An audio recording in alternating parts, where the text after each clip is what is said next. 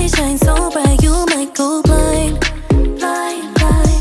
When I walk through. Welcome back to our YouTube channel, Saminado Family, guys. Kung bago pala kayo sa channel namin, huwag niyong kalimutang mag-like, mag-share, and subscribe, at mag-comment na rin kayo, guys, para alam namin kung may mga itatanong kayo regarding patungkol dito sa buhay sa Canada. And don't forget to ring the notification bell para lagi kayong updated sa mga bago namin paparating na videos. So, ano bang topic natin ngayong araw na to? so we will discuss about dun sa mga, ano ba yung pwede nating ma-share or ma-advise sa mga newcomers dito sa Canada. So yun, bago pala guys ang lahat is gusto kong batiin yung mga bago naming subscribers. Salamat sa walang sawang suporta at salamat sa walang sawang panonood. Yun. So umpisa mo naman. Ano bang mga maipapayo mo? Mga best advice sa mga bagong papunta dito sa Canada? So, especially yung mga tips na pwede naming ma-share sa inyo is based on our experience, sa experience natin. And of course, identify natin yung iba-iba kasi mga pathway or program yung way para makapunta dito. So, pero kahit magkakaiba yung program na yan, except international student, halos magkakapareha siya. So, kami ay pumunta dito as permanent residents at on the spot, diretso trabaho agad. So, ang una naming ma-advise ay regarding sa work performance. So, anong ma-advise mo, Daddy? Ma-advise ko is yung like what Kainag said. Yun nga, shout out kay Kainags, ano? So, lagi kaming nanonood ng vlog niya. So, yun nga, sabi nga niya na first impressions last. Yun nga sabi niya na kapag nakita ka ng employer mo ng dedication sa trabaho, especially lalo't kapag temporary foreign worker ka. So, malaki ang possibility or chance mo na manominate ka as permanent residents dito sa Canada. So, yun.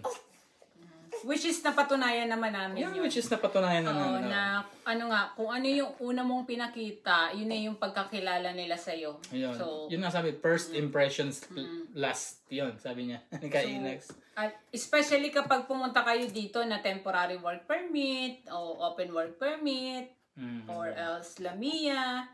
So, ano yan, kailangan talaga makuha natin yung loob ng employer natin. Kasi yun yung magiging way natin kung paano natin ma-achieve yung goal natin, which is ang goal naman nating lahat, di ba? Maging permanent residents, makakuha ng employer na mag-i-sponsor sa'yo para ma-achieve mo yun or makapag-apply ka ng permanent residence. And also, syempre tayong mga Pilipino is kilala at gustong-gusto tayo ng mga employer dito sa Canada kasi nga kilala tayo sa masipag sa trabaho, number 1. Number 2, mahigpit din sila kasi dito sa sa attendance, no? Yung mga kina-count talaga nila dito kung ilan yung sick call mo. Syempre, sasabihin nila bago ka pa lang, puro ka na sick call or puro ka na absent. So, isa din yun sa mga nila, idino-double check nila. And of course, yung kung paano ka magtrabaho sa company, malaki ba yung nakikontribute mo sa company, yon. Hindi ka pa pasaway. Hindi ka pasaway. So, yon, napaka-importante yan. Aminin natin na talagang mahirap, di ba da? Mahirap talaga sa simula kasi iba-ibang lahi. Kasi pag sinabi kasi Pilipino, kasi kilala ang mga Pilipino sa isa sa pinakang masisipag na mga trabahante sa buong mundo. Kaya talagang malaki yung possibility na yun nga, yung employer talaga ma-impress sa'yo in case na kapag nagtatrabaho ka yan. Talagang yung employer is ma-amaze sa mga work. Tsaka kilala tayo as malinis at pulidong magtrabaho, no? So yun. Isa yun sa isa sa pinakamagandang katangian na nakikita ng mga employer sa Pilipino. Kaya inuulit nilang mag-hire ng Pilipino. internationally or locally yon. So tsaka guys, isa pa sa mapapayo namin is yung ano pa ba? Siyempre mahirap ang iba kasi sumusuko agad in terms of ano, 'di ba? Bago pa lang sila, weeks pa lang sumusuko na agad sila. Kasi sabi nila ang hirap ng ano ng mag-adjust. So normal lang 'yon, hindi lang ikaw naka-experience nun or hindi lang ikaw makaka-experience ng ganun. Lahat halos naman ng mga Pilipino na bago dito sa Canada nagsimula. Mahirap talaga. Pero ang lagi mong iisipin is yung ano, yung biggest why mo, bakit ka pumunta ng Canada. Yun, isa yun. Oo. Kasi guys, Motivation. sige guys, tatanungin ko kayo, sino ba naman dito kapag nag-migrate ka ng Canada, sino ba yung tao na hindi mo gusto madala yung pamilya mo dito sa Canada? Diba? Which is nangangarap tayo na one day kapag stable na tayo dito sa Canada at may maganda na tayong katayuan is madala natin yung mga mahal natin sa buhay. Which is magandang ano yun, magandang goal yun, di ba? Kumbaga, make it as a motivation para yun, magsumikap ka at yun, magsumikap ka dito sa Canada. Malayan, na-achieve mo na, malapit na. Malapit mo nang ma-achieve kung ano yung, ano mo, yung goal mo. So, yun yung number 1. So, work performance, yun. And for number 2 na mabibigay naming advice is with regards to accommodation. Ayun, accommodation, no? Kapag you are living as one, yung parang isa ka lang sa bahay. Kung single ka lang Kung na single nagpunta. ka lang na nagpunta dito sa Canada, which is kailangan mo muna sigurong, for me as newcomer, kagaya ng parang ganun, newcomer at single ako. So, ma-advise ko is magkumukuha na lang ako ng small room or sharing with other people like Filipino colleagues or in work, something like that. Kasi, yun nga guys, no? Kapag kasi Filipino, di ba, practicality talaga number 1 priority natin yun, no? Kasi gusto nating makaipon, gusto nating makapagpadala ng mas malaki sa Pilipinas. Isa yun sa mga isinasaalang-alang nating mga Pilipino dito sa Canada. Kaya iniisip natin yun na sabi natin na kagaya kami, iniisip talaga namin na saan kami makakatipid. Like, for example, yung room, yung rent, ano ba, mahal, kailangan ko bang magsulo, which is single naman ako. Yun, may mga dapat tayong sa alang-alang. Single ka, so room, mura lang yung babayaran mo, sharing with other people, parang Pilipino din, yan, ganyan, makipag-share ka. Mayroon namang mga company na nagpo-provide ng ng isang bahay, tapos lahat kayo mga Pilipino doon, share kayo. Tatanungin naman kayo kung ano ba, okay lang sa'yo na na rooms ang bibigay sa'yo. So, yun, suggestion namin yun kung single ka. But, kung pumunta ka naman dito na kasama mo na yung family mo, so, other option mo na mas makakatipid ka, kasi syempre pag may pamilya, di ba, mahirap naman na may kasama, especially kung may anak ka, may kasama kang bata. So, pwede kayong maghanap ng mga apartment na mas maliit, parang studio type lang. Yun. Or else, maghanap kayo ng mga basement apartment. So, mas mura kasi sa basement apartment unlike sa talagang buong bahay. So, yun guys, no, may pros and cons guys yung pagtira sa basement, no. So, para sa mga manonood natin is, pagka sa basement ka nakatira is, medyo mura yung rent mo, pero meron siyang sakripisyo, kumbaga. Kasi kapag sa basement ka nakatira is, yung sa taas mo is expect mo na medyo maingay. Kasi, dito guys, yung mga bahay dito guys sa Canada is, they built as like wood lang siya, hindi siya semento. Siguro guys yung mga asintada niya, yung buhos niya is semento yun, pero yung with regards in the yun na sa ceiling at saka sa floor ng ng first floor, pinaka main floor is siya, solid hardwood lang talaga siya. So expect mo na guys na nakatira ka sa basement, which is may pros and cons nga sa sinabi ko, no. Maingay siya. Unlike, Tsaga-tsaga lang. tsaga-tsaga lang kasi 'di ba, 'yun naman ang pinunta natin dito para sa future. So, 'yun. Ano ba? So, yun yung masasuggest namin sa for family. Kasi malaking bagay yun na na masisave nyo. Kung $100, $200, pwede mo nang pang grocery yun, di ba? Marami naman guys sa Facebook Marketplace guys nakikita ang mga room for rent, mga ganyan. Room for rent, apartment for rent, mga ganun. Makikita naman kayo dyan. Tiyagaan lang talaga guys sa paghahanap, ano. Tapos, ano ma? Another thing na pwede na ina-suggestion namin for yung sa mga loans. So, dito kasi sa Canada, talagang marami mag-offer sa'yo ng credit card. Number 1 na dyan yung cellphone. Kasi alam mo naman tayo mga Pilipino, gusto natin agad iPhone 15. Pagdating mo dito, sino ba naman ang hindi nangarap, di ba? Kahit naman sino Hindi sa guys, atin, kasi may guys, pangarap na kasi guys, makano. no, Pero, dagdag ko lang. Dagdag ko lang guys kasi guys, sa cellphone kasi guys is necessity talaga din yan. So may differences yung necessity sa important tsaka yung necessity talaga. Priority and necessity yan. So yun cellphone is hindi naman siya for the short period of time lang, short period time lang, di ba? So matagal din siya for the long run din siya, kumbaga. Yun ay kung hindi ka maluho, no? Kasi kapag cellphone, di ba, parang investment mo din sa sarili mo kasi convenience yung kapag may time na syempre tatawag ka sa halimbawa may emergency kang tatawagan ganyan. So hindi mo na kailangan pumunta kasi may mga kagaya nun may mga case ako nakikita na pumupunta sila ng mga Tim Hortons or Wendy's ganyan, tumatawag sila doon, nakikitawag sila. Kasi siguro may times na wala silang load or wala silang phone. Yan, diba? Hindi na sila magamit. Hindi naman siya guys totaling luho, ano? Hindi siya totaling luho. Kumbaga, kailangan talaga siya Kailangan talaga siya dito. Yan, kagaya ko, wala talaga akong phone. May phone ako nang dumating dito pero hindi siya ganun ka-accessible. Galing kasi siya sa Pilipinas. Kaya nag-decide ako na kumuha na lang kami ng asawa ko ng phone, which is thankfully kami na matatapos na this year. So this month tapos na ako sa phone na isa. So yung isang phone na lang yung babayaran namin.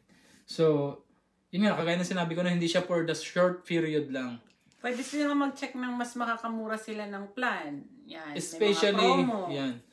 Especially iPhone guys, for the long period of time din yan siya magagamit, hindi lang pang madalian. So yung isang iPhone ko nga na 6S is inabot siya ng nasa 8 years nga yun inabot ng 8 years yun So yun yung una. Utang dito. Pero kung may pang-cash ka naman, yung cellphone, walang problema. Pag mayaman ka naman wala. Pero marami kasing maganda din siya. Kasi isa din sa credit history, yung pagkuha ng phone plan.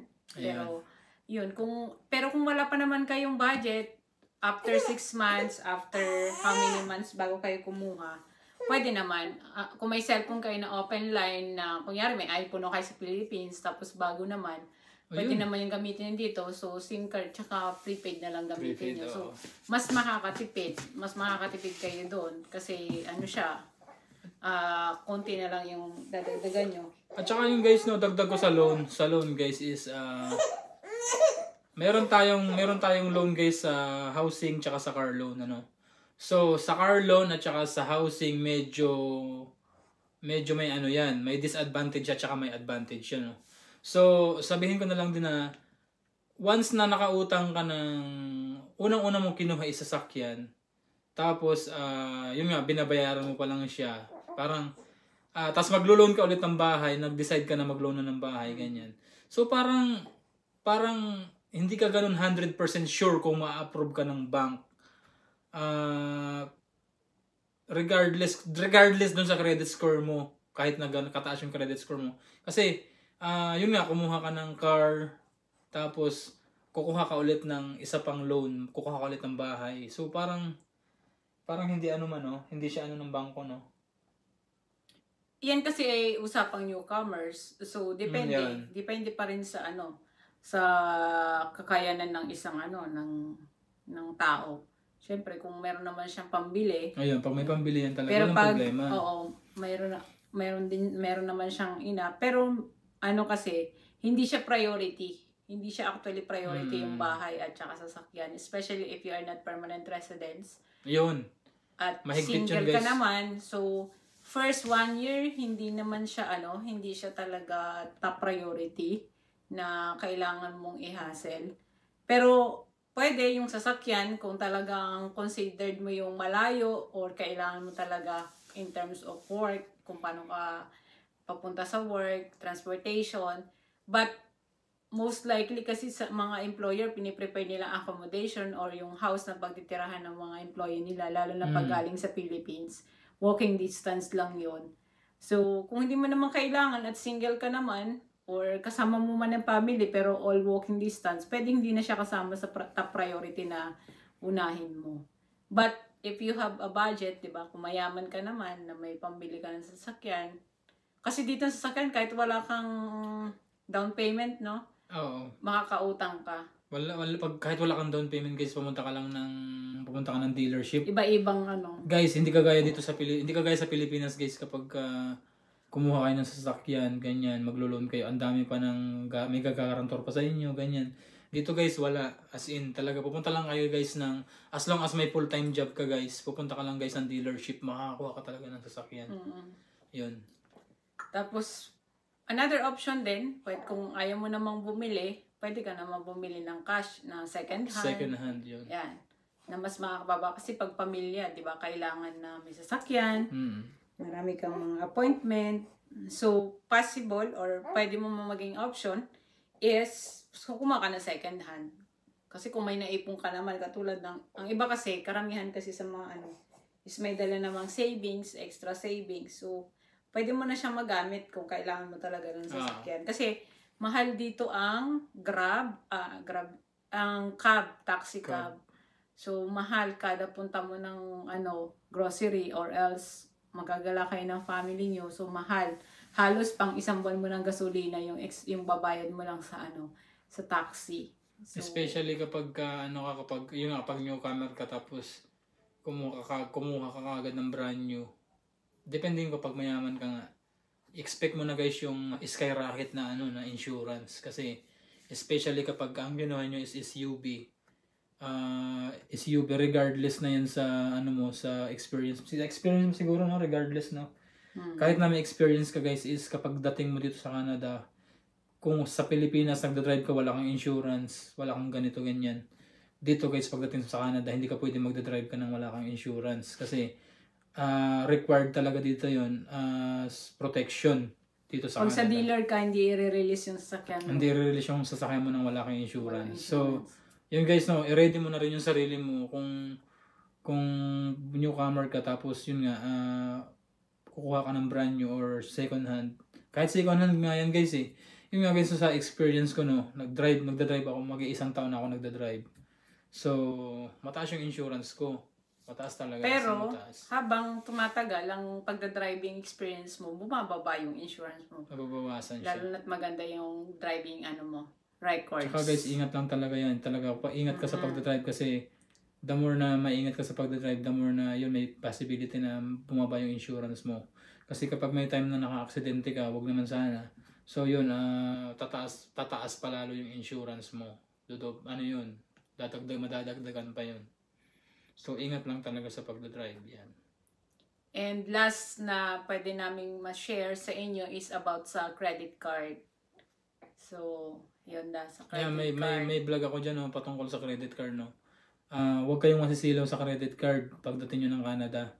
Kasi, guys, dito is napakaraming temp dito. Especially dyan sa credit card na yun. Opera ng credit card.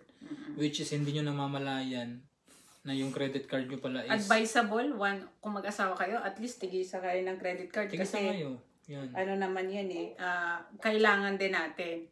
But, kasi mapansin mo dito, halos lahat ng company or establishment na mayroon silang mga credit card na ino-offer. Like Home Depot, may sarili silang credit may card. mga ganyan dito. Walmart, may credit card.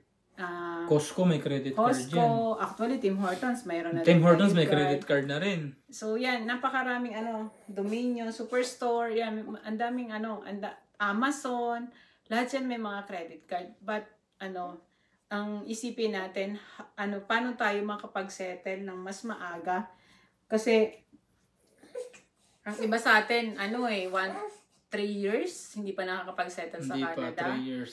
Yan. Mga ganun. Utang bayad, utang pa rin. Yun, kasi nga, hindi nila na priority or hindi nila Na-manage ng maayos nung as newcomers, ano yung difference, ano yung priority, at ano yung importante. Kasi magkaiba yan eh. May importante na kailangan mo sa buhay, pero hindi siya yung top priority. Kasi pag sinabing sa newcomers, it most likely 1 year bago ka makasettle. Depende pa rin sa'yo. Depende sa tao. Kung magaling kang humawak ng pera, tapos yun nga, manageable talaga yung credit card mo. Tsaka dagdag ko lang din is yung nakalimutan ko.